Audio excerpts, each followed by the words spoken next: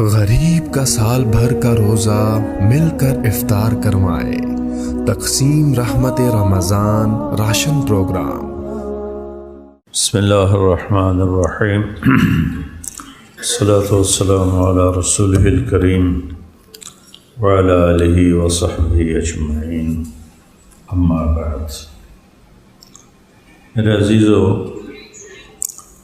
دنیا میں کوئی لکھنے والا یہ دعویٰ نہیں کر سکتا کہ میں نے جو لکھا ہے یہ تمہیں سیدھی راہ پر تمہاری منزل تک پہنچا دے گا۔ صرف اللہ کا کلام قرآن یہ دعویٰ کرتا ہے، ان ھذا القرآن یہدی للتی ہی اقوم، کہ یہ قرآن وہ ہے اس کے مطابق اگر ڈھل جاؤ گے تو پورے راستے میں موڑ ہی کوئی نہیں، سیدھا راستہ۔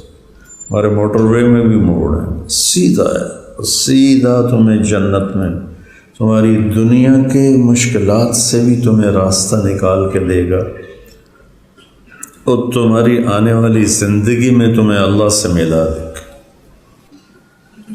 تو آگے ایک مضمون آ رہا ہے، بہت اہم معاشرتی مضمون ہے، زندگی کا بہت اہم مضمون ہے، وہ ہے خامند اور بیوی کا مقام اور تعلق۔ اور آپ یقین مانیں، میں جیسے میں نے آپ سے پہلے کہا، میں تفسیریں تو نہیں پڑھتا ہوں، لباس کو لفظ کو کوریدتا رہتا ہوں، یہ آپ کو کسی تفسیر میں نہیں ملے گا جو میں آپ سے کہہ رہا ہوں۔ اس رشتے کی اہمیت اور اس رشتے کی قوت کو بتایا گیا ہے، اور اس رشتے میں آنے والی رکاوٹوں کو دور کرنے کے لیے بتایا گیا ہے کہ اللہ تعالیٰ کہہ رہا ہے بیوی تیرا لباس ہے، اور بیوی کو کیا کہہ رہا ہے؟ خاوند تیرا لباس ہے۔ ہمیں پہلے مخاطب کیا، بیوی تیرا لباس ہے، پھر عورتوں سے کہا کہ خامن تیرا لباس ہے۔ سب سے زیادہ میرے جسم کے قریب کیا ہے؟ بتاؤ۔ لباس ہے نا، اس سے قریب تو اور کچھ نہیں میرے، یہ میرے تن کے ساتھ لگا ہوا۔ اچھا، اس میں اگر کہیں تنکا بھی اندر گر جائے تکلیف محسوس ہوتی کہ نہیں؟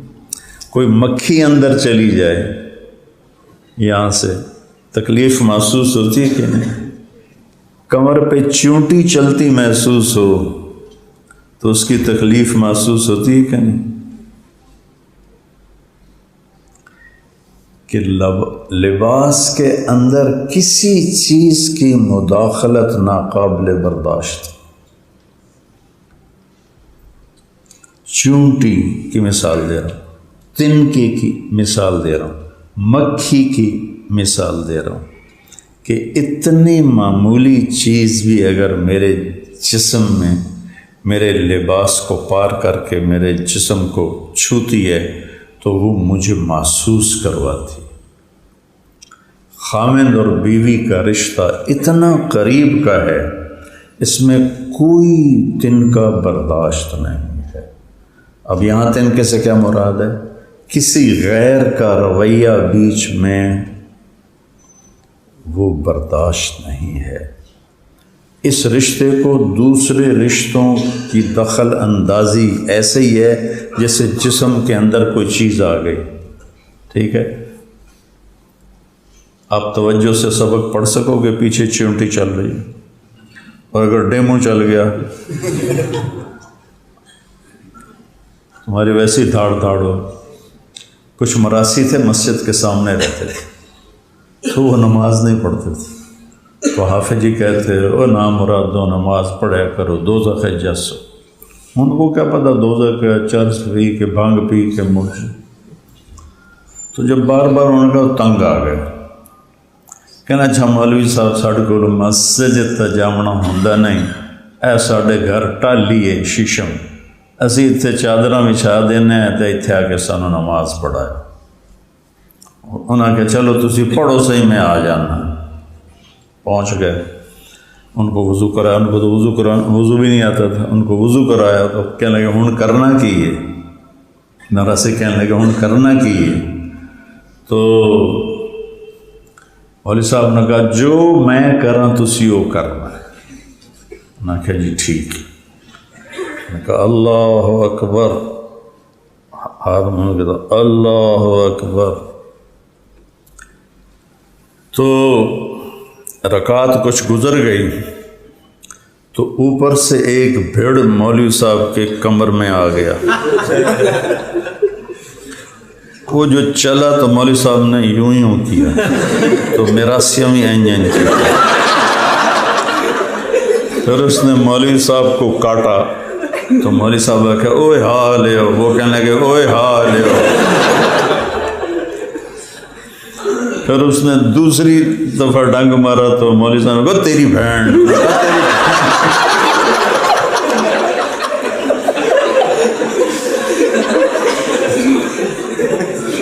تو مولوی صاحب نے کرتا اتار دیا تو انہوں نے بھی کرتا اتار دیا، آگے وہ ٹیوب ویل چل رہا تھا تو انہوں نے اس میں جا کے چھلانگ لگا دی حوض میں، کھاڑے میں، تو میراسیوں نے بھی چھلانگ لگا کے کہنے لگے مولوی صاحب ہوں سلام نہ پھیرے جے سانو نال امن دیا جائے۔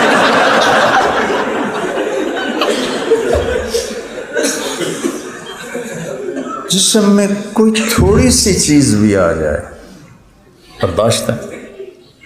خامند اور بیوی کے رشتے میں سوائے ان دونوں کے کسی کو دخل دینے کی اجازت نہیں ہے، نہ ماں کو، نہ باپ کو، نہ بہنوں کو، نہ دیور کو، کسی رشتے کو بھی، ایسے ہی نہ لڑکی کے ماں باپ کو، نہ لڑکی کی بہنوں کو، نہ لڑکی کے بھائیوں کو۔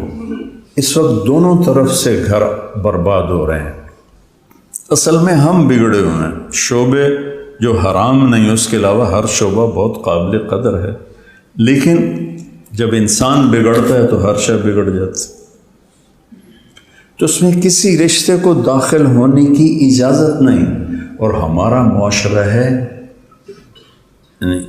اکٹھے رہنے کا، باپ ماں، آنے والی بچی، خامن، وہ سب کٹھے رہتے ہیں۔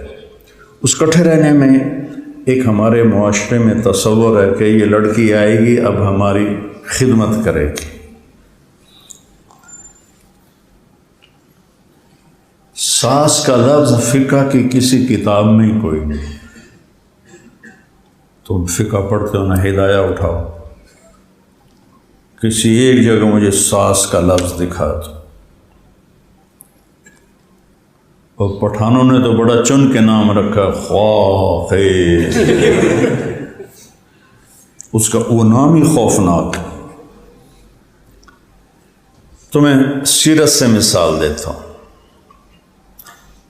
ازواج امہات مطہرات امہات المومنین، حضرت عائشہ، حضرت حفصہ، حضرت ام سلمہ، حضرت سودا رضی اللہ تعالی عنہن، یہ چار ایک گروپ تھا، اور اس کے بعد جو باقی پانچ ہیں، حضرت میمونہ، حضرت زینب، حضرت جویریہ، حضرت صفیہ، حضرت ام حبیبہ، یہ ایک گروپ تھا۔ اس گروپ کی لیڈر تھیں حضرت زینب بنت جحش جو آپ کے خاندان سے تھی، اور دوسرے گروپ کی لیڈر تھیں حضرت عائشہ، جو ان میں ٹھنتی رہتی تھی۔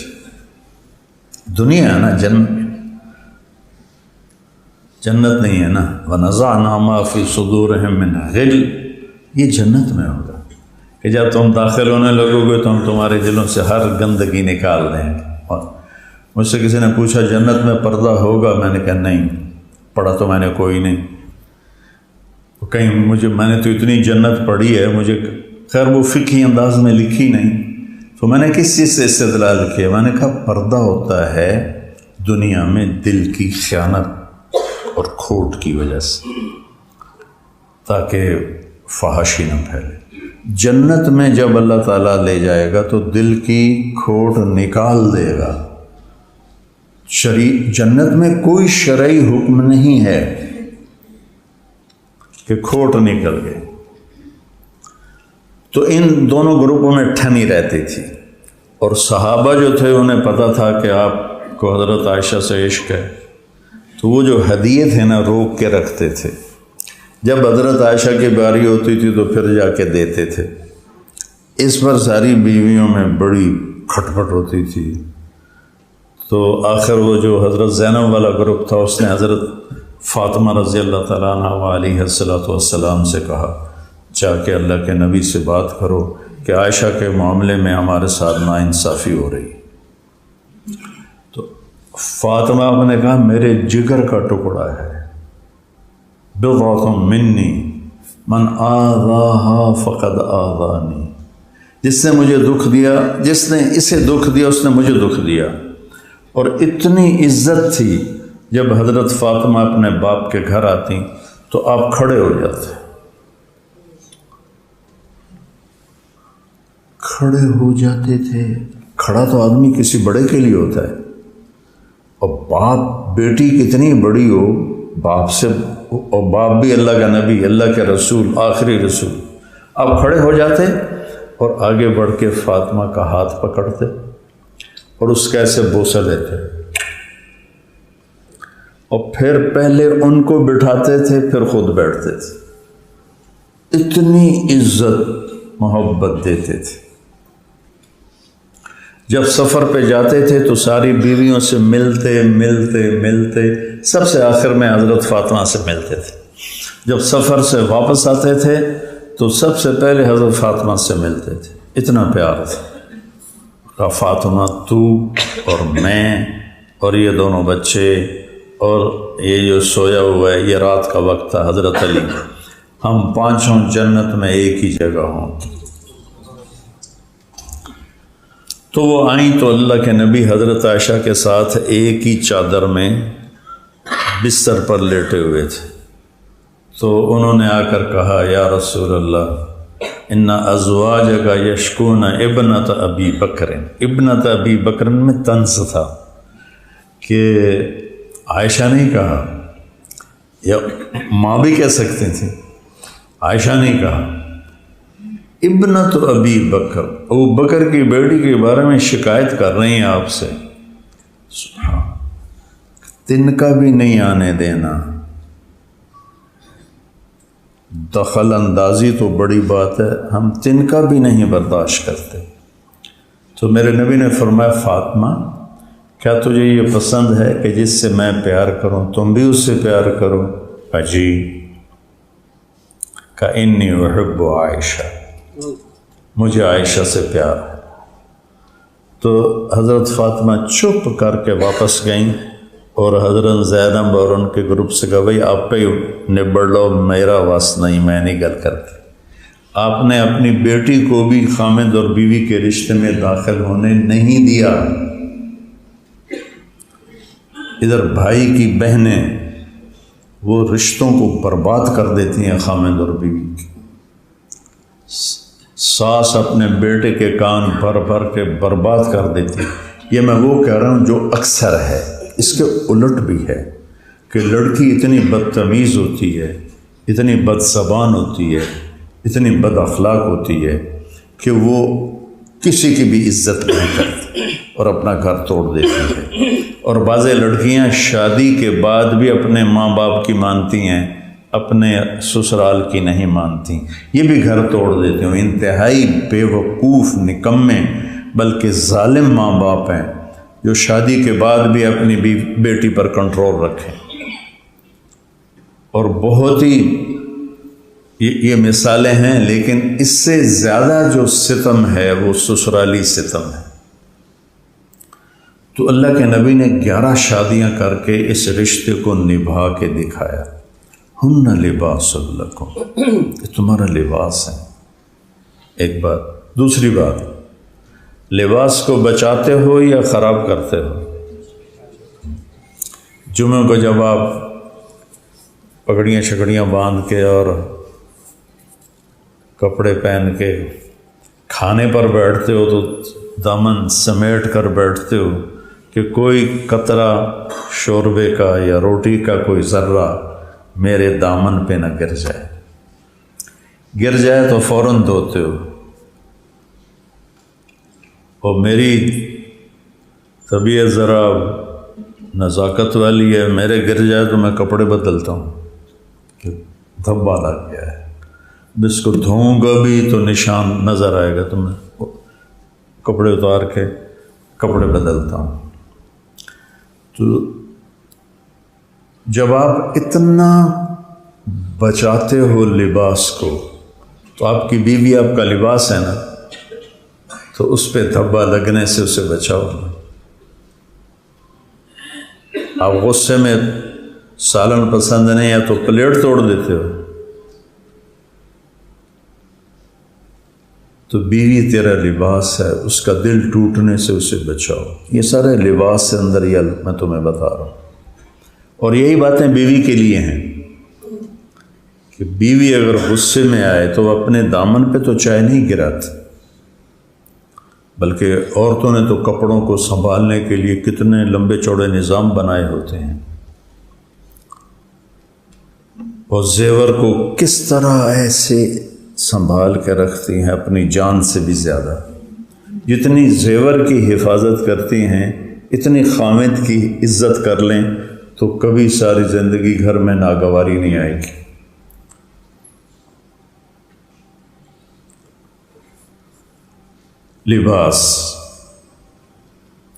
لباس تمہیں غصہ چڑھے تو اپنا کرتا پھاڑتے ہو، پاگل یہ کرتا ہے، تو اسے پتہ نہیں ہوتا، وہ کرتا بھی پھاڑ دیتا ہے، ننگا بھی ہو جاتا ہے۔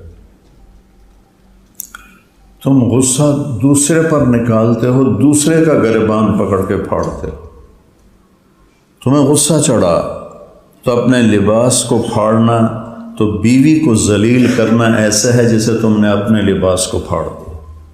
بیوی کو غصہ چڑھا تو اس کا خامند کے ساتھ تلخ جملے تند و تیز اور بےعزتی کرنا ایسا ہے جیسے اس نے اپنے لباس کو پھاڑ دیا۔ میرے عزیزو، یہ بڑا لمبا مضمون، میں 20 سال سے اس پہ بول رہا، ختم ہی نہیں ہو سکتا، یہ اتنا لمبا مضمون ہے۔ اور تم میری اولاد ہو، میں تمہارا باپ ہوں، تمہاری آنے والی بیویوں کا میں سسر ہوں۔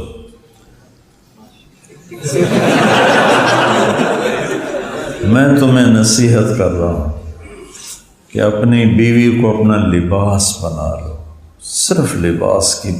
جب غصہ چڑھے لباس سوچو، مولانا نے کیا کہا تھا، لباس۔ جب کوئی دخل اندازی کرنے لگے تو سوچو تنکا، اور جو مولوی کو بھیڑ نے کاٹا تھا نماز میں۔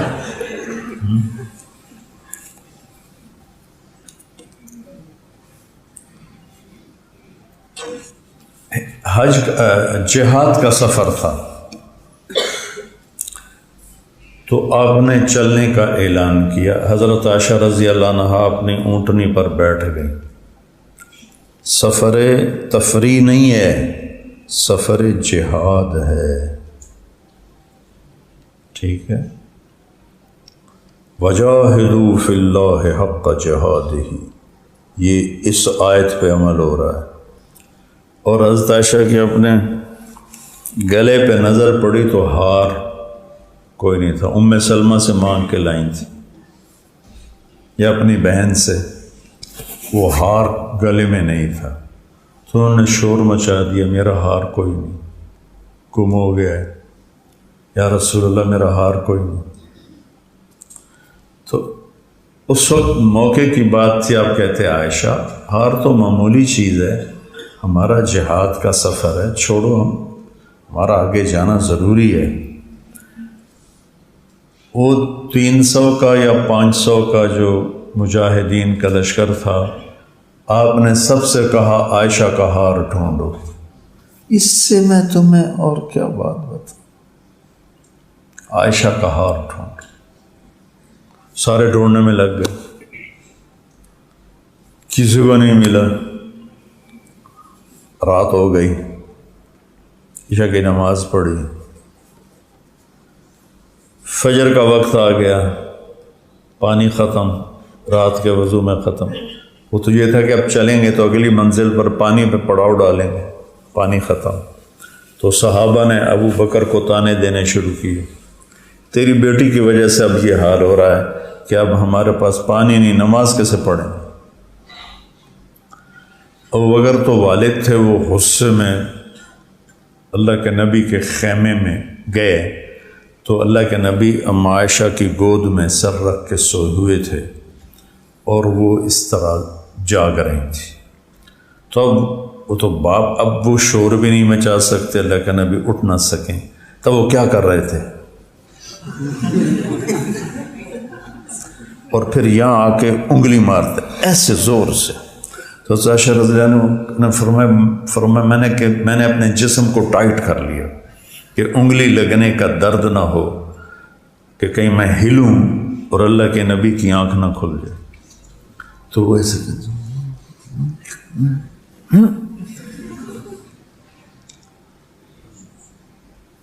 تھوڑی دیر بعد اللہ کے نبی کی آنکھ کھل گئی، پتہ چلا پانی کوئی نہیں، وہ سب پریشان ہیں نماز کیسے پڑھیں. تو میرے اللہ کا حکم آیا، پہلی دفعہ کسی امت کو یہ سہولت ملی، آدم سے لے کر عیسیٰ علیہ السلام تک سب کے لیے وضو تھا. تلاش کرو پانی، 10 میل بھی جانا پڑے تو پانی تلاش کر کے وضو کرو. تو وَلَمْ تَجِدُوا مَاءً فَتَيَمَّمُوا صَعِيدًا طَيِّبًا فَامْسَحُوا بِوُجُوهِكُمْ وَأَيْدِيكُمْ مِنْهُ. ایسے سوچو، مٹی منہ تے ملن نال بھی بندہ پاک ہوندا ہے، وہ تو اور زیادہ گندا ہو جاتا ہے. ادھر مٹی ملنا، کیا سہولت دی اللہ نے. ضربتان، ایک اے تو ایک اے. ہم تبلیغ میں تھے نا تو کوئی علماء ہوتے نہیں تھے تو وہ پھر تیمم کا طریقہ بتاتے. وہ ایسے سمجھتے تھے جیسے پانی ہی کی طرح تر کرنا ہے، تو پہلے یوں کرتے، پھر یوں کرتے، پھر یوں کرتے، پھر یوں کرتے، پھر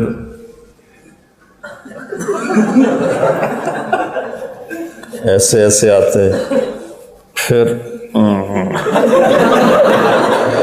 یہ ساری انگلیوں کو ایسے کرتے. تو جب اللہ نے پڑھنے کا موقع دیا تو پھر پتہ چلا انما ہی ضربتان، تو بس ایسے کر کے یوں کر لو، ایسے کر کے یوں کر لو بس.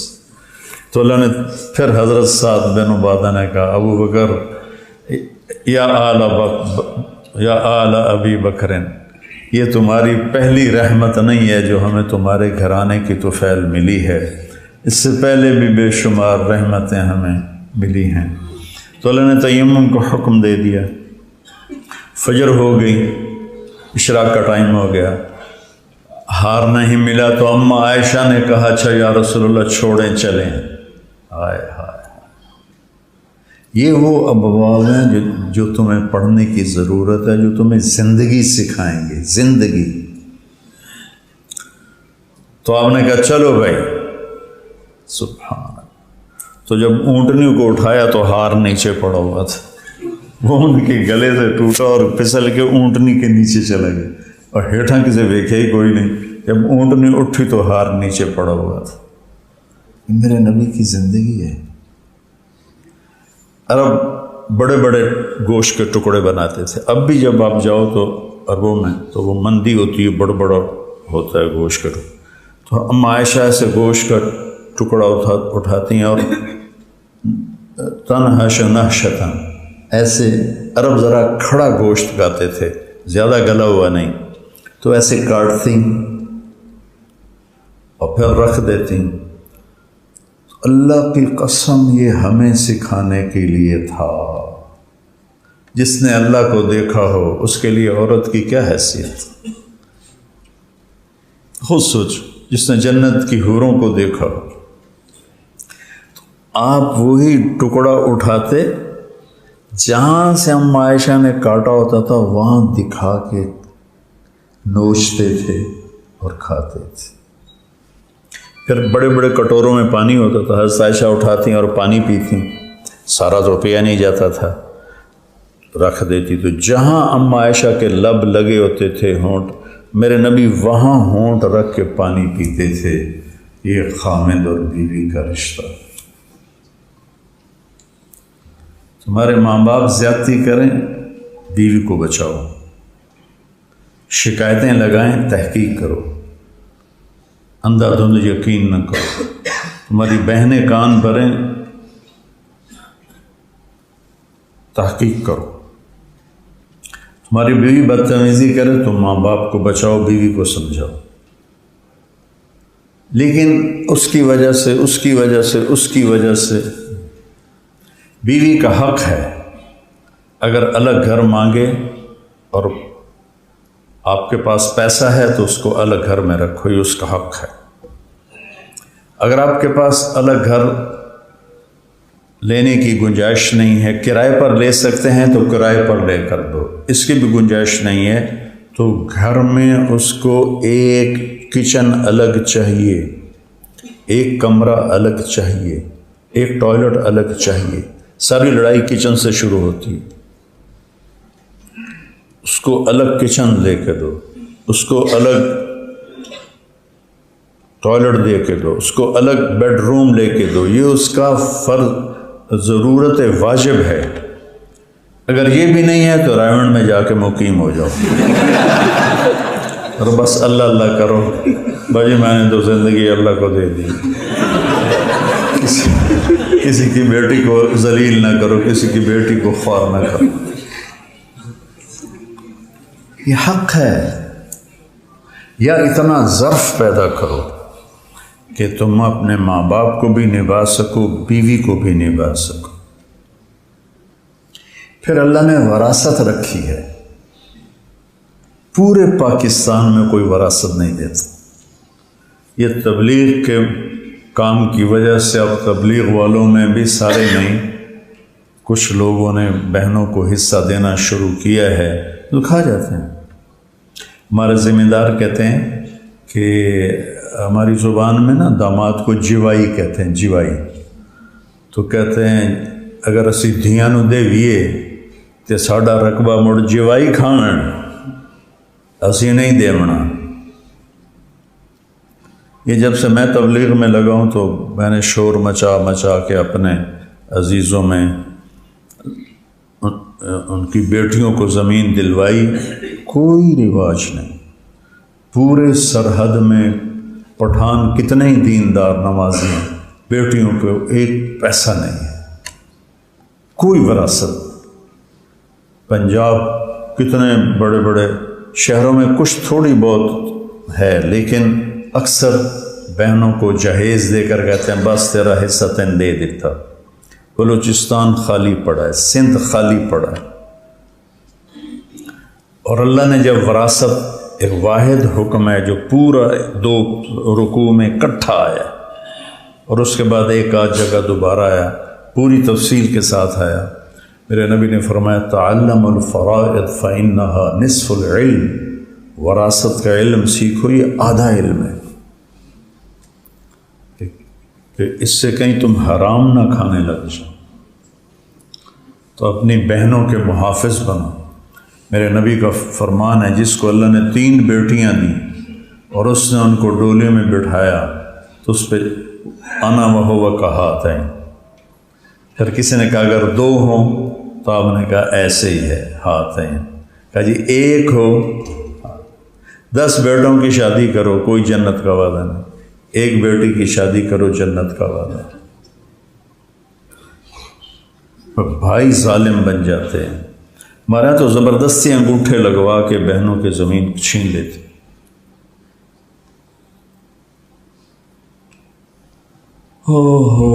ایک بڑے ذمہ دار نے ہمارے علاقے میں اپنی بہن کی شادی اس شرط کی کہ پہلے انگوٹھے لا، زمین نہیں دے انہوں، تو اس نے انگوٹھے لگوا کے زمین اپنے نام کی، پھر اس کی شادی کی۔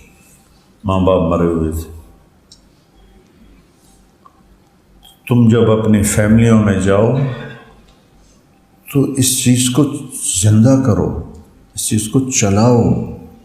پھر اللہ کے نبی نے کہا جس نے 2 بہنوں کو پالا، بعضوں کی بیٹیاں نہیں بہنیں ہوتی، 2 بہنوں کو پالا اور ان کی شادی کی تو جنت میں داخل ہوگی۔ رزق حرام ہو جاتا ہے۔ میرے استاد تھے مولانا جمشید رحمۃ اللہ علیہ، میں ان کے پاس شہد لے کر گیا۔ اس زمانے میں شہد کی بوتل 10 روپے کی آتی تھی، لیکن میں نے اپنے باغ سے اتروایا تھا، تو میں لے کے آیا تو مجھ سے میں نے کہا جی یہ شہد ہے، آپ کے لیے لایا ہوں۔ کہاں سے لائے ہو؟ اس طرح بولتے تھے، داڑھی ایسے پکڑ لیتے تھے، کہاں سے لائے ہو؟ میں نے کہا جی اپنے باغ سے لایا ہوں۔ اب ان کا سوال دیکھنا، تیرے باپ نے اپنی بہنوں کو وراثت میں سے زمین دی تھی؟ اللہ اکبر۔ ایک 10 روپے کی آتی تھی شہد کی بوتل، 10 روپے۔ تو میں تو ہل گیا، میں نے کہا جی اللہ کا شکر ہے میرے باپ کی بہن ہی کوئی نہیں، کیونکہ ہوتی تو کبھی نہ دیتے۔ کہنے کہ اچھا تیرے دادا نے اپنی بہنوں کو زمین دی تھی؟ میں کہا جی اس لیے میں جمع ہی کوئی نہیں۔ پھر انہوں نے مجھ سے شہد رکھا۔ تو ایسے ہی اللہ عورتوں سے کہتا ہے کہ اپنے خامند کو عزت۔ جو عورت اپنے خامند کا، جو گھر سے باہر جاتا ہے، کام پہ جاتا ہے، کسی بھی اس کے مشاغل سے شام کو تھک کے آتا ہے، اور بیوی مسکرا کے اس کا استقبال کرتی ہے، تو اللہ کی راہ میں نکلے ہوئے مجاہد کے آدھے کے برابر اسے اجر ملتا ہے۔ اگر اس مجاہد کے 100 نمبر ہیں تو اس کو 50 نمبر ایک مسکراہٹ پہ مل جاتا ہے۔ یعنی یہ ہماری بیوی آتے ہی چڑھائی کر دیتی۔ میں قربان جاؤں، وہ ام سلیم تھی جن کا بیٹا فوت ہو گیا تھا، ام سلیم کا بیٹا فوت ہو گیا۔ ابو طلحہ سفر سے واپس آئے تھے، انہوں نے پوچھا بیٹے کا کیا ہوا؟ کہا ٹھیک ہے۔ ہدا سکون پا گیا کہ خامند کی نیند خراب نہ ہو، آرام سے سوئے، بیوی سے ملاپ بھی کیا۔ صبح اٹھ کر کہنے لگی کوئی امانت واپس نہ کرے تو کیا ہو؟ کہا کرنی چاہیے۔ کہا تیرا بیٹا امانت تھا، اللہ نے لے لیا۔ تو انہوں نے جا کر اللہ کے نبی کو بتایا، کہا اللہ تیرے آج کے بیوی سے ملاپ میں برکت دے گا۔ اس سے ایک بیٹی پیدا ہوئی، اس بیٹی سے 7 فقہا پیدا ہوئے، مدینے کے بڑے بڑے فقہا، 7 سارے فقہا بنے۔ اس زمانے کے فقیہ کا مطلب ہدایہ اور قدوری نہیں ہوتی تھی، وہ تفقہ فی الدین ہوتا تھا۔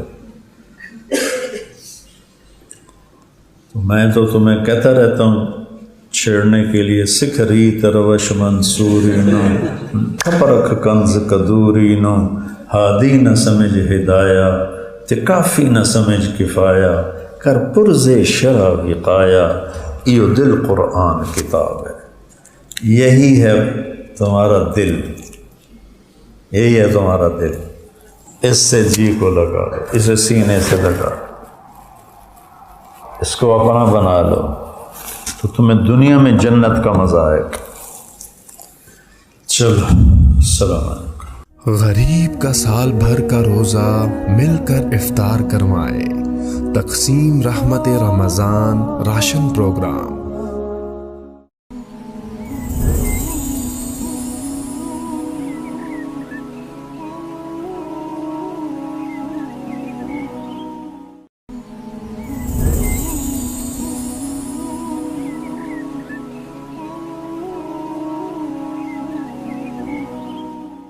غریب کا سال بھر کا روزہ مل کر افطار کروائے، تقسیم رحمت رمضان راشن پروگرام۔ بسم اللہ الرحمن الرحیم، الصلاۃ والسلام علی رسولہ الکریم وعلی آلہ وصحبہ اجمعین، اما بعد۔ میرے عزیزو، دنیا میں کوئی لکھنے والا یہ دعویٰ نہیں کر سکتا کہ میں نے جو لکھا ہے یہ تمہیں سیدھی راہ پر تمہاری منزل تک پہنچا دے گا۔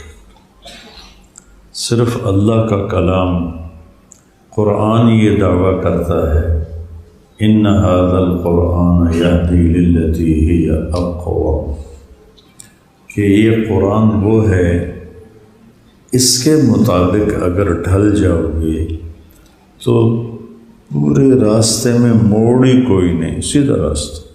ہمارے موٹر وے میں بھی موڑ ہے، سیدھا ہے، سیدھا تمہیں جنت میں، تمہاری دنیا کے مشکلات سے بھی تمہیں راستہ نکال کے دے گا، اور تمہاری آنے والی زندگی میں تمہیں اللہ سے ملا دے گا۔ تو آگے ایک مضمون آ رہا ہے، بہت اہم معاشرتی مضمون ہے، زندگی کا بہت اہم مضمون ہے، وہ ہے خامند اور بیوی کا مقام اور تعلق۔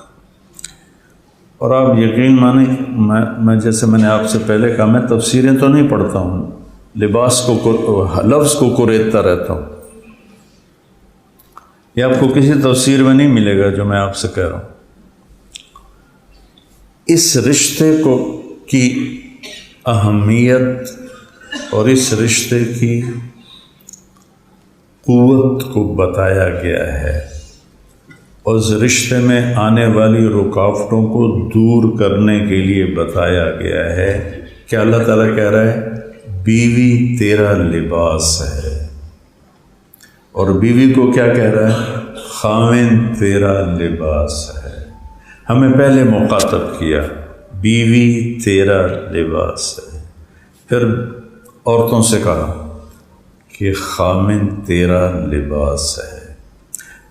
سب سے زیادہ میرے جسم کے قریب کیا ہے بتاؤ؟ لباس ہے نا، اس سے قریب تو اور کچھ نہیں میرے، یہ میرے تن کے ساتھ لگا ہوا۔ اچھا، اس میں اگر کہیں تنکا بھی اندر گر جائے تکلیف محسوس ہوتی کہ نہیں؟ کوئی مکھی اندر چلی جائے یہاں سے تکلیف محسوس ہوتی کہ نہیں؟ کمر پہ چونٹی چلتی محسوس ہو تو اس کی تکلیف محسوس ہوتی ہے کہ نہیں؟ کہ لباس کے اندر کسی چیز کی مداخلت ناقابل برداشت۔ چونٹی کی مثال دے رہا ہوں، تنکے کی مثال دے رہا ہوں، مکھی کی مثال دے رہا ہوں، کہ اتنی معمولی چیز بھی اگر میرے جسم میں میرے لباس کو پار کر کے میرے جسم کو چھوتی ہے تو وہ مجھے محسوس کرواتی۔ خاوند اور بیوی کا رشتہ اتنا قریب کا ہے، اس میں کوئی تنکا برداشت نہیں ہے۔ اب یہاں تنکے سے کیا مراد ہے؟ کسی غیر کا رویہ بیچ میں وہ برداشت نہیں ہے۔ اس رشتے کو دوسرے رشتوں کی دخل اندازی ایسے ہی ہے جیسے جسم کے اندر کوئی چیز آ گئی، ٹھیک ہے؟ آپ توجہ سے سبق پڑھ سکو گے، پیچھے چونٹی چل رہی ہے، اور اگر ڈیمو چل گیا تمہاری ویسی دھاڑ دھاڑ ہو۔ کچھ مراسی تھے مسجد کے سامنے رہتے تھے، تو وہ نماز نہیں پڑھتے تھے، تو حافظ جی کہتے او نامراد دو نماز پڑھیا کرو، دوزخ جسو۔ ان کو کیا پتہ دوزخ کے چرس پی کے بھانگ پی کے مرج۔ تو جب بار بار ان کا تنگ آ گئے، کہنا اچھا مولوی صاحب ساڈے کول مسجد تے جاونا ہوندا نہیں، اے ساڈے گھر ٹالی ہے شیشم، اسی اتنے چادراں بچھا دینے ہیں تے اتنے آ کے سانو نماز پڑھائے۔ انہاں کہ چلو تسی پڑھو صحیح، میں آ جانا۔ پہنچ گئے، ان کو وضو کرایا، ان کو تو وضو بھی نہیں آتا تھا، ان کو وضو کرایا تو کہنے لگے ہن کرنا کی ہے، نارا سے کہنے لگے ہن کرنا کی ہے۔ تو مولوی صاحب نے کہا جو میں کراں تسی وہ کرنا ہے۔ انہاں کہا جی ٹھیک ہے۔ میں کہا اللہ اکبر، ہاتھ میں کہتا اللہ اکبر۔ تو رکعت کچھ گزر گئی تو اوپر سے ایک بھیڑ مولوی صاحب کے کمر میں آ گیا. وہ جو چلا تو مولوی صاحب نے یوں کیا تو میرا سیمی این کیا. پھر اس نے مولوی صاحب کو کاٹا تو مولوی صاحب نے کہا اوئے ہاں لے آؤ. وہ کہنے لگے اوئے ہاں لے آؤ. پھر اس نے دوسری دفعہ ڈنگ مارا تو مولوی صاحب نے کہا تیری بہن.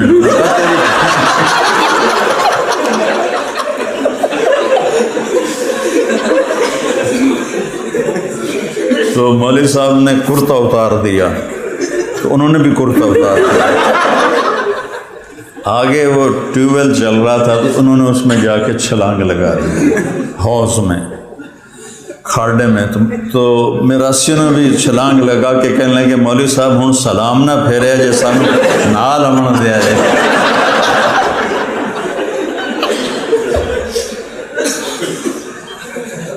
جسم میں کوئی تھوڑی سی چیز بھی آ جائے برداشت ہے. خامند اور بیوی کے رشتے میں سوائے ان دونوں کے کسی کو دخل دینے کی اجازت نہیں ہے. نہ ماں کو، نہ باپ کو، نہ بہنوں کو، نہ دیور کو، کسی رشتے کو بھی. ایسے ہی نہ لڑکی کے ماں باپ کو، نہ لڑکی کی بہنوں کو، نہ لڑکی کے بھائیوں کو.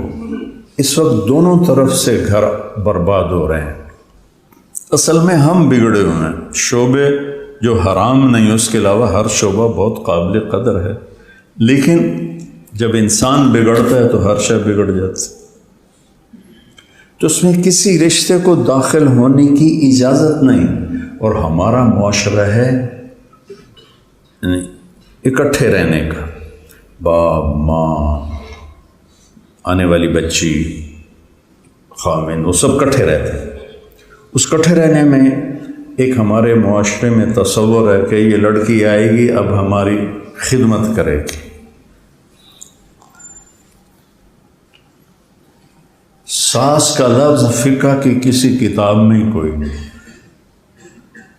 تم فقہ پڑھتے ہو نہ ہدایہ اٹھاؤ، کسی ایک جگہ مجھے ساس کا لفظ دکھا دو.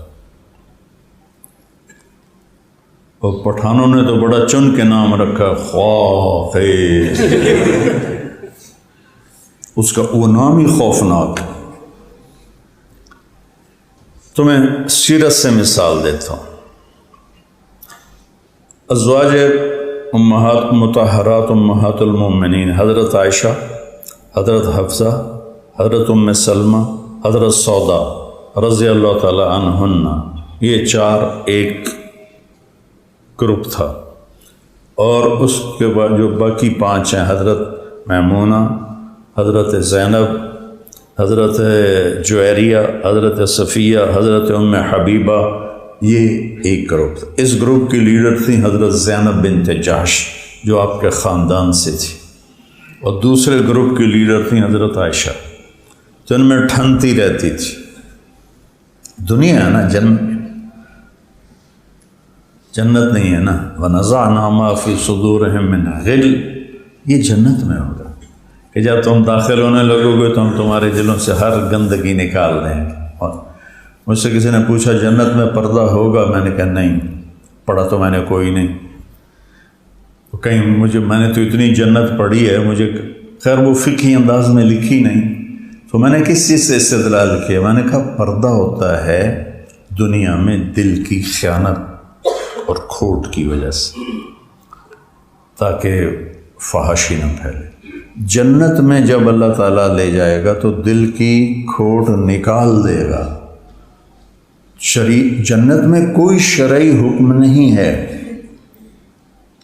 کہ کھوٹ نکل گئے. تو ان دونوں گروپوں میں ٹھنی رہتی تھی. اور صحابہ جو تھے انہیں پتہ تھا کہ آپ کو حضرت عائشہ سے عشق ہے، تو وہ جو ہدیے تھے نا روک کے رکھتے تھے. جب حضرت عائشہ کی باری ہوتی تھی تو پھر جا کے دیتے تھے. اس پر ساری بیویوں میں بڑی کھٹ پٹ ہوتی تھی. تو آخر وہ جو حضرت زینب والا گروپ تھا اس نے حضرت فاطمہ رضی اللہ تعالیٰ عنہ علیہ الصلوۃ والسلام سے کہا جا کے اللہ کے نبی سے بات کرو کہ عائشہ کے معاملے میں ہمارے ساتھ ناانصافی ہو رہی. تو فاطمہ نے کہا میرے جگر کا ٹکڑا ہے، بضعۃ منی من آذاہا فقد آذانی، جس نے مجھے دکھ دیا، جس نے اسے دکھ دیا اس نے مجھے دکھ دیا. اور اتنی عزت تھی، جب حضرت فاطمہ اپنے باپ کے گھر آتی تو آپ کھڑے ہو جاتے. کھڑے ہو جاتے تھے. کھڑا تو آدمی کسی بڑے کے لیے ہوتا ہے، اور باپ، بیٹی کتنی بڑی ہو، باپ سے، اور باپ بھی اللہ کا نبی، اللہ کے رسول، آخری رسول.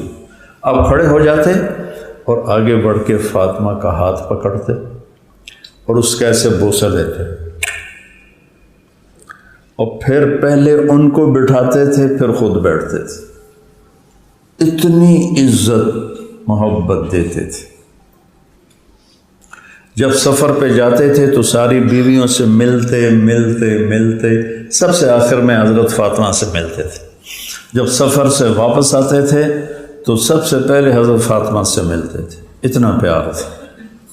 کہا فاطمہ تو اور میں اور یہ دونوں بچے اور یہ جو سویا ہوا ہے، یہ رات کا وقت تھا، حضرت علی، ہم پانچوں جنت میں ایک ہی جگہ ہوں.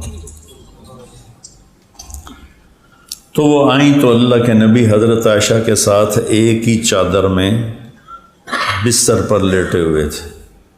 تو انہوں نے آ کر کہا یا رسول اللہ ان ازواجک یشکون ابنت ابی بکر. ابنت ابی بکر میں طنز تھا کہ عائشہ نہیں کہا، یا ماں بھی کہہ سکتے تھے، عائشہ نہیں کہا. ابنت ابی بکر، ابو بکر کی بیٹی کے بارے میں شکایت کر رہی ہیں آپ سے. تنکا بھی نہیں آنے دینا. دخل اندازی تو بڑی بات ہے، ہم تنکا بھی نہیں برداشت کرتے. تو میرے نبی نے فرمایا فاطمہ کیا تجھے یہ پسند ہے کہ جس سے میں پیار کروں تم بھی اس سے پیار کرو؟ کہا جی. کہا انی احب عائشہ، مجھے عائشہ سے پیار ہے.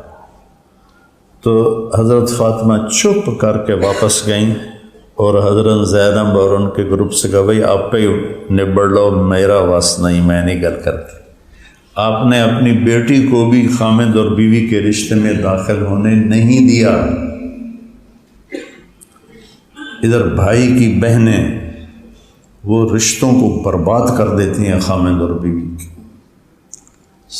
ساس اپنے بیٹے کے کان بھر بھر کے برباد کر دیتی. یہ میں وہ کہہ رہا ہوں جو اکثر ہے.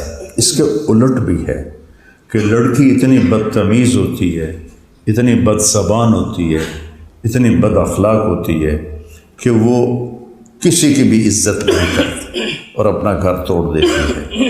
اور بعض لڑکیاں شادی کے بعد بھی اپنے ماں باپ کی مانتی ہیں، اپنے سسرال کی نہیں مانتی، یہ بھی گھر توڑ دیتے ہیں. انتہائی بے وقوف، نکمے، بلکہ ظالم ماں باپ ہیں جو شادی کے بعد بھی اپنی بیٹی پر کنٹرول رکھیں.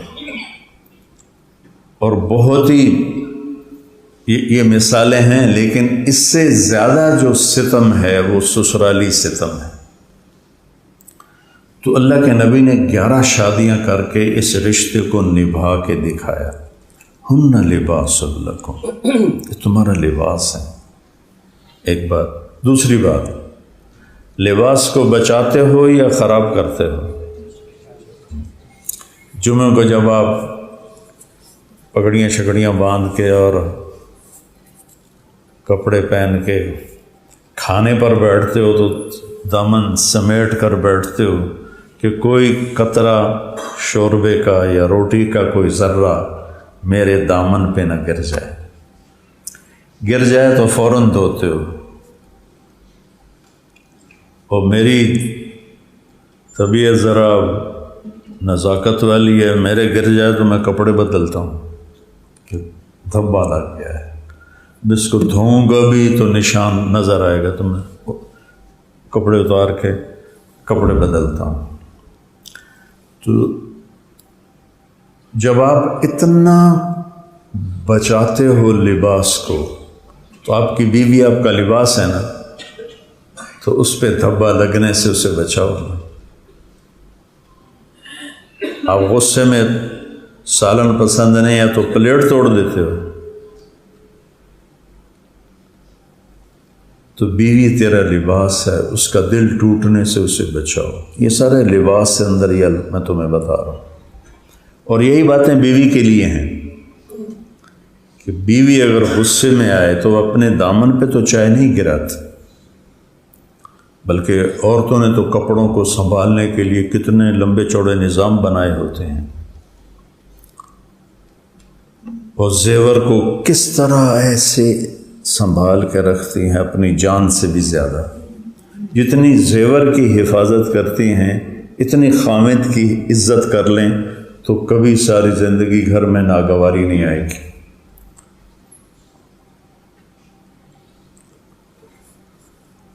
لباس تمہیں غصہ چڑھے تو اپنا کرتا پھاڑتے ہو، پاگل یہ کرتا ہے تو اسے پتہ نہیں ہوتا، وہ کرتا بھی پھاڑ دیتا ہے، ننگا بھی ہو جاتا ہے۔ تم غصہ دوسرے پر نکالتے ہو، دوسرے کا گریبان پکڑ کے پھاڑتے ہو۔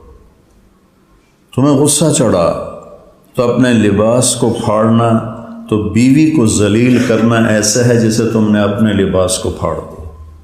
بیوی کو غصہ چڑھا تو اس کا خامند کے ساتھ تلخ جملے تند و تیز اور بےعزتی کرنا ایسا ہے جیسے اس نے اپنے لباس کو پھاڑ دیا۔ میرے عزیزو، یہ بڑا لمبا مضمون ہے، میں 20 سال سے اس پہ بول رہا، ختم ہی نہیں ہو سکتا، یہ اتنا لمبا مضمون ہے۔ اور تم میری اولاد ہو، میں تمہارا باپ ہوں، تمہاری آنے والی بیویوں کا میں سسر ہوں۔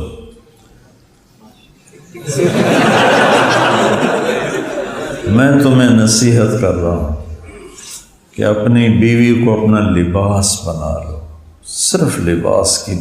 جب غصہ چڑھے لباس سوچو، مولانا نے کیا کہا تھا، لباس۔ جب کوئی دخل اندازی کرنے لگے تو سوچو تنکا، اور جو مولوی کو بھیڑ نے کاٹا تھا نماز میں۔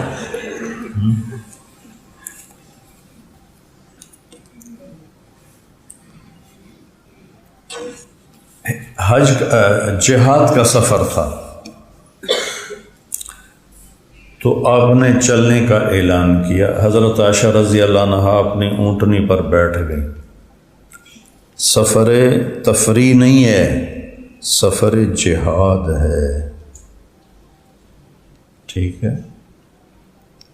وجاہدوا فی اللہ حق جہادہ، یہ اس آیت پہ عمل ہو رہا ہے۔ اور حضرت عائشہ کے اپنے گلے پہ نظر پڑی تو ہار کوئی نہیں تھا، ام سلمہ سے مانگ کے لائیں تھی یا اپنی بہن سے، وہ ہار گلے میں نہیں تھا، تو انہوں نے شور مچا دیا، میرا ہار کوئی نہیں، گم ہو گیا ہے یا رسول اللہ، میرا ہار کوئی نہیں۔ تو اس وقت موقع کی بات تھی، آپ کہتے عائشہ ہار تو معمولی چیز ہے، ہمارا جہاد کا سفر ہے، چھوڑو، ہمارا آگے جانا ضروری ہے۔ وہ 300 کا یا 500 کا جو مجاہدین کا لشکر تھا، آپ نے سب سے کہا عائشہ کا ہار ڈھونڈو۔ اس سے میں تمہیں اور کیا بات بتاؤں، عائشہ کا ہار ڈھونڈو۔ سارے ڈھونڈنے میں لگ گئے، کسی کو نہیں ملا۔ رات ہو گئی، عشاء کی نماز پڑھی، فجر کا وقت آ گیا، پانی ختم، رات کے وضو میں ختم۔ وہ تو یہ تھا کہ اب چلیں گے تو اگلی منزل پر پانی پہ پڑاؤ ڈالیں گے، پانی ختم۔ تو صحابہ نے ابو بکر کو تانے دینے شروع کیے، تیری بیٹی کی وجہ سے اب یہ حال ہو رہا ہے کہ اب ہمارے پاس پانی نہیں، نماز کیسے پڑھیں۔ ابو بکر تو والد تھے، وہ غصے میں اللہ کے نبی کے خیمے میں گئے تو اللہ کے نبی ام عائشہ کی گود میں سر رکھ کے سوئے ہوئے تھے اور وہ اس طرح جاگ رہی تھی۔ تو اب وہ تو باپ، اب وہ شور بھی نہیں مچا سکتے، اللہ کے نبی اٹھ نہ سکیں، تب وہ کیا کر رہے تھے، اور پھر یہاں آ کے انگلی مارتے ایسے زور سے. تو عائشہ رضی اللہ عنہ نے فرمایا میں نے اپنے جسم کو ٹائٹ کر لیا کہ انگلی لگنے کا درد نہ ہو کہ کہیں میں ہلوں اور اللہ کے نبی کی آنکھ نہ کھل جائے. تو وہ ایسے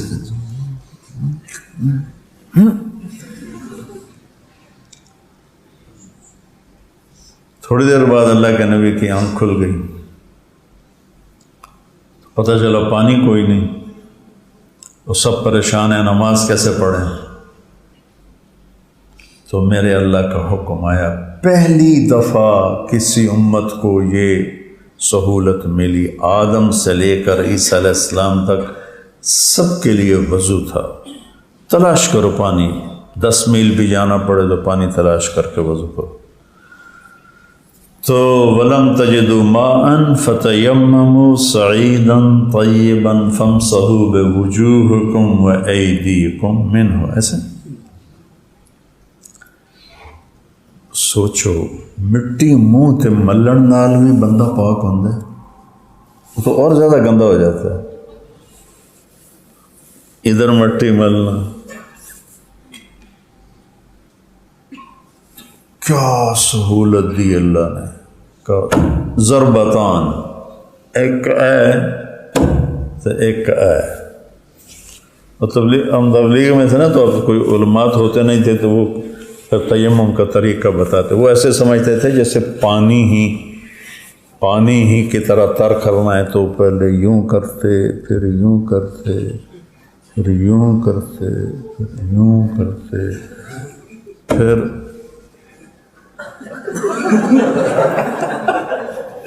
ایسے ایسے آتے, پھر یہ ساری انگلیوں کو ایسے کرتے. تو جب اللہ نے پڑھنے کا موقع دیا تو پھر پتہ چلا انما ہی ضربتان, تو بس ایسے کر کے یوں کر لو, ایسے کر کے یوں کر لو بس. تو اللہ نے پھر حضرت سعد بن عبادہ نے کہا, ابو بکر یا آل ابی بکرن, یہ تمہاری پہلی رحمت نہیں ہے جو ہمیں تمہارے گھرانے کی طفیل ملی ہے, اس سے پہلے بھی بے شمار رحمتیں ہمیں ملی ہیں. تو اللہ نے تیمم کو حکم دے دیا. فجر ہو گئی, اشراق کا ٹائم ہو گیا, ہار نہیں ملا. تو اماں عائشہ نے کہا, اچھا یا رسول اللہ چھوڑیں چلیں. ہائے ہائے, یہ وہ ابواب ہیں جو تمہیں پڑھنے کی ضرورت ہے, جو تمہیں زندگی سکھائیں گے, زندگی. تو آپ نے کہا چلو بھائی. سبحان اللہ. تو جب اونٹنی کو اٹھایا تو ہار نیچے پڑا ہوا تھا, وہ ان کے گلے سے ٹوٹا اور پھسل کے اونٹنی کے نیچے چلا گیا, اور ہیٹھاں کسی ویکھے ہی کوئی نہیں.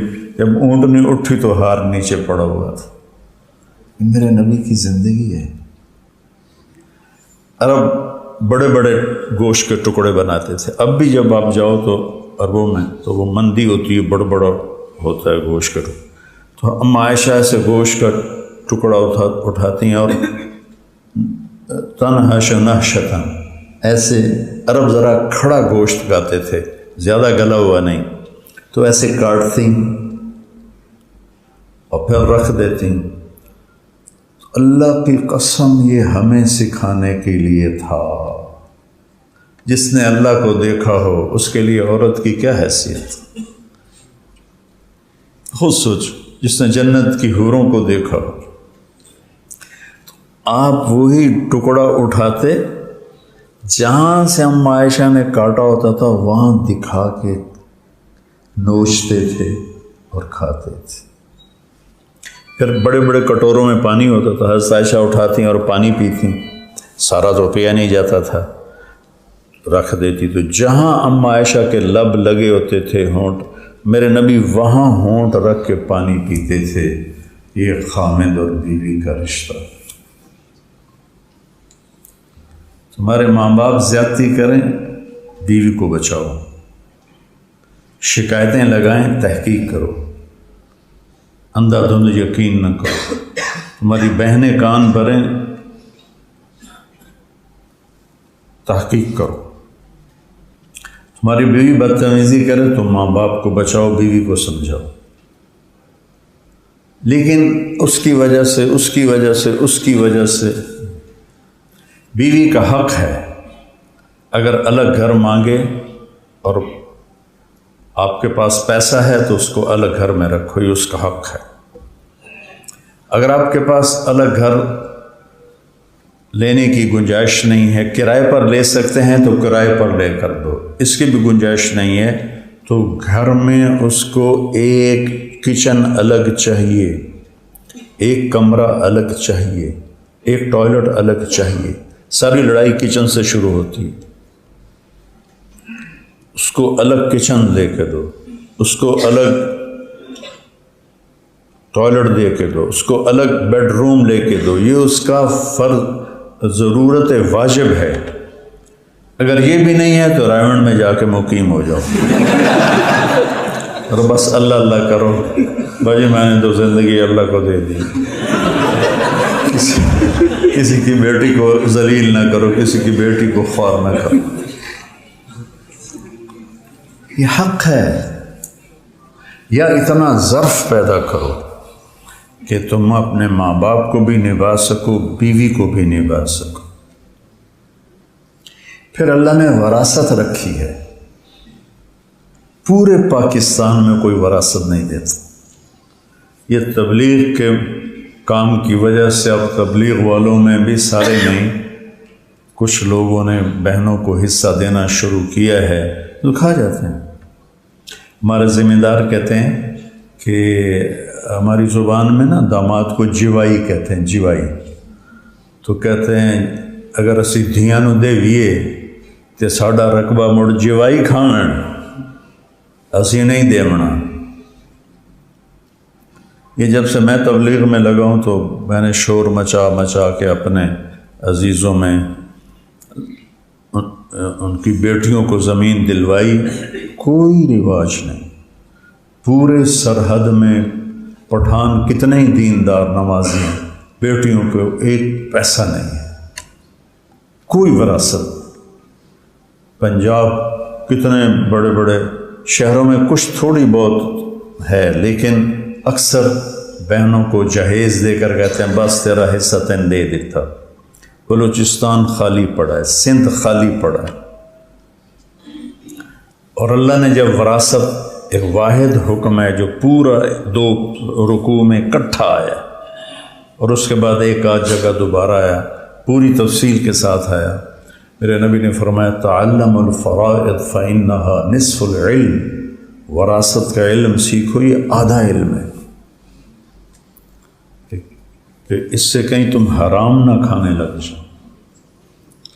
تو اپنی بہنوں کے محافظ بنو۔ میرے نبی کا فرمان ہے جس کو اللہ نے 3 بیٹیاں دیں اور اس نے ان کو ڈولے میں بٹھایا تو اس پہ انا وہو کہات ہیں۔ پھر کسی نے کہا اگر 2 ہوں تو آپ نے کہا ایسے ہی ہے، ہاتھ ہیں۔ کہا جی 1 ہو، 10 بیٹوں کی شادی کرو، کوئی جنت کا وعدہ نہیں، 1 بیٹی کی شادی کرو، جنت کا وعدہ۔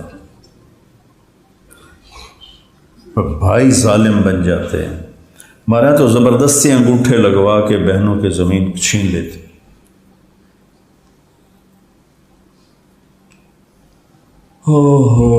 ایک بڑے ذمہ دار نے ہمارے علاقے میں اپنی بہن کی شادی اس شرط کی کہ پہلے انگوٹھے لا، زمین نہیں دے انہوں نے، تو اس نے انگوٹھے لگوا کے زمین اپنے نام کی، پھر اس کی شادی کی۔ ماں باپ مرے ہوئے تھے۔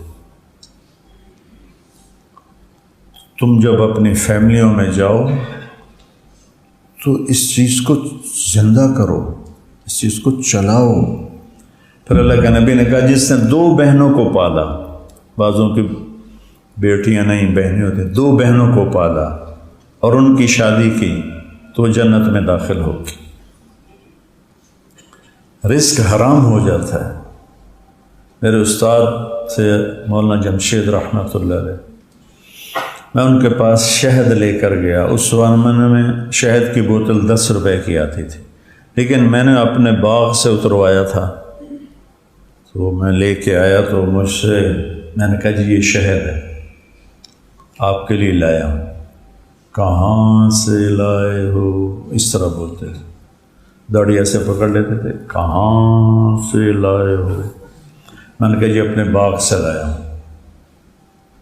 اب ان کا سوال دیکھنا، تیرے باپ نے اپنی بہنوں کو وراثت میں سے زمین دی تھی؟ اللہ اکبر، ایک 10 روپے کی آتی تھی شہد کی بوتل، 10 روپے۔ تو میں تو ہل گیا، میں نے کہا جی اللہ کا شکر ہے میرے باپ کی بہن ہی کوئی نہیں، کیونکہ ہوتی تو کبھی نہ دیتے۔ کہنے لگے اچھا تیرے دادا نے اپنی بہنوں کو زمین دی تھی؟ میں کہا جی اس لیے میں جمع ہی کوئی نہیں۔ پھر انہوں نے مجھ سے شہد رکھا۔ تو ایسے ہی اللہ عورتوں سے کہتا ہے کہ اپنے خامند کو عزت۔ جو عورت اپنے خامند کا، جو گھر سے باہر جاتا ہے، کام پہ جاتا ہے، کسی بھی اس کے مشاغل سے شام کو تھک کے آتا ہے اور بیوی مسکرا کے اس کا استقبال کرتی ہے، تو اللہ کی راہ میں نکلے ہوئے مجاہد کے آدھے کے برابر اسے اجر ملتا ہے۔ اگر اس مجاہد کے 100 نمبر ہیں تو اس کو 50 نمبر ایک مسکراہٹ پہ مل جاتا ہے۔ یعنی یہ ہماری بیوی آتے ہی چڑھائی کر دیتی۔ میں قربان جاؤں، وہ ام سلیم تھی جن کا بیٹا فوت ہو گیا تھا، ام سلیم کا بیٹا فوت ہو گیا۔ ابو طلحہ سفر سے واپس آئے تھے، انہوں نے پوچھا بیٹے کا کیا ہوا؟ کہا ٹھیک ہے۔ ہدا سکون پا گیا کہ خامند کی نیند خراب نہ ہو، آرام سے سوئے، بیوی سے ملاپ بھی کیا۔ صبح اٹھ کر کہنے لگی کوئی امانت واپس نہ کرے تو کیا ہو؟ کہا کرنی چاہیے۔ کہا تیرا بیٹا امانت تھا، اللہ نے لے لیا۔ تو انہوں نے جا کر اللہ کے نبی کو بتایا، کہا اللہ تیرے آج کے بیوی سے ملاپ میں برکت دے گا۔ اس سے ایک بیٹی پیدا ہوئی، اس بیٹی سے 7 فقہا پیدا ہوئے، مدینے کے بڑے بڑے فقہا، 7 سارے فقہا بنے۔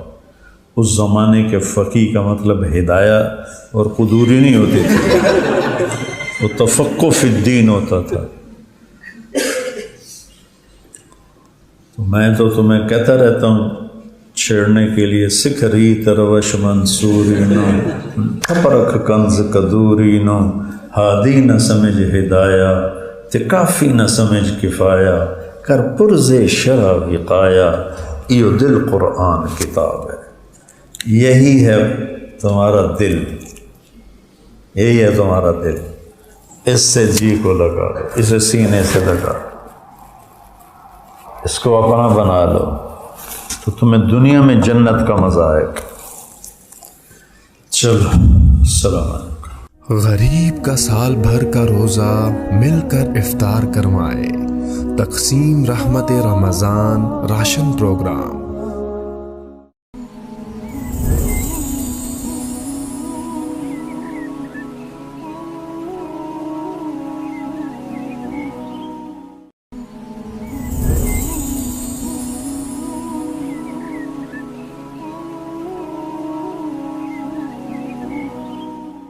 غریب کا سال بھر کا روزہ